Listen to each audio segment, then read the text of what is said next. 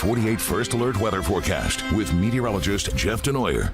All right, we have something exciting to share this morning. We have a little friend back here joining us. A couple weeks ago, we had a bald eagle on our camera, but he flew away.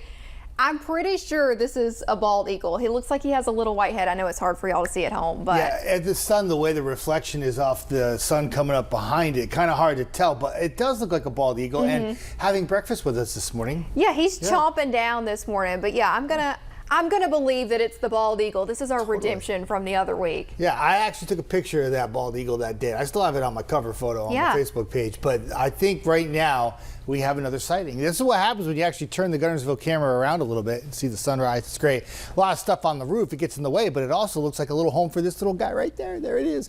And eating breakfast with us and hanging out, probably enjoying that beautiful glow in Guntersville. There is some fog on the water, but that will burn off quickly. The sun's already working its magic and therefore should be just fine in Guntersville, should be fine everywhere once we get any kind of fog we have this morning burned off and we pop a lot of sunshine. Temperatures around 70. That sunshine will warm you up quickly through the morning, so you have a good chance to crack 90 by noon. If you don't, you will by 1 p.m. And the temperatures will stay in the mid-90s through Tuesday, drop a little bit on Wednesday, and then below average temperatures for Thursday, Friday, and Saturday, but that's only because we have more clouds in the forecast and we have more rain in the forecast towards the end of the week. When you don't have a lot of sunshine, it keeps the temperatures down just a bit, but it'll have a very summer-like feel. Even if you're above 90 or below 90, you're going to still have some humidity, some summer showers and storms. Dew points this morning in the 60s, mainly a few 70s in Huntsville and the Shoals. That's actually not bad for this time of year. So what it does in the afternoon, it takes a 94, 95, flips it to a 100 is how it feels for you. Obviously, if you're outside and the heat affects you more than other people, maybe you're sensitive to the heat, you still want to get outside, make sure you drink a lot of water, stay hydrated. Otherwise, just get outside and do your thing. If the heat doesn't bother you at 101, there's a big difference between a feel-like temperature of 101 and 110 like we were just last week. So a big change in the pattern, not quite as excessive in the heat and humidity department. What is excessive is rainfall. We've talked about at length the unbelievable flash flooding that's taken place in Texas. Unfortunately, fatalities with that.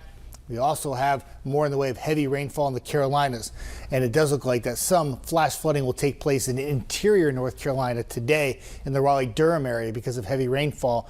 They'll be watching that closely. For us, I don't think we have any flooding, but wouldn't surprise me if we have a quick little downpour this afternoon, and rain could come down heavy at times briefly.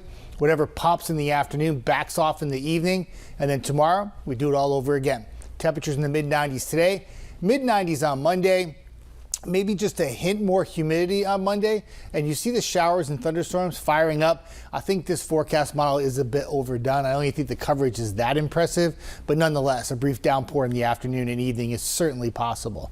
Going to the middle part of the week, though, that will be when the higher chance of rain for all locations will take place in the Tennessee Valley. So what I did on Monday and Tuesday, I made this little graphic favoring areas north and west would be your higher chance of a few storms, and then in the yellow, a lower chance, and the more southeast you are, probably going to have to wait until Wednesday to get into some rainfall. Once we turn the faucet on, though, it continues Thursday, Friday, Saturday, Sunday with the potential for heavy rainfall each and every day. Temperatures in the 80s to near 90 degrees. Claudia? All right, Jeff, thank you.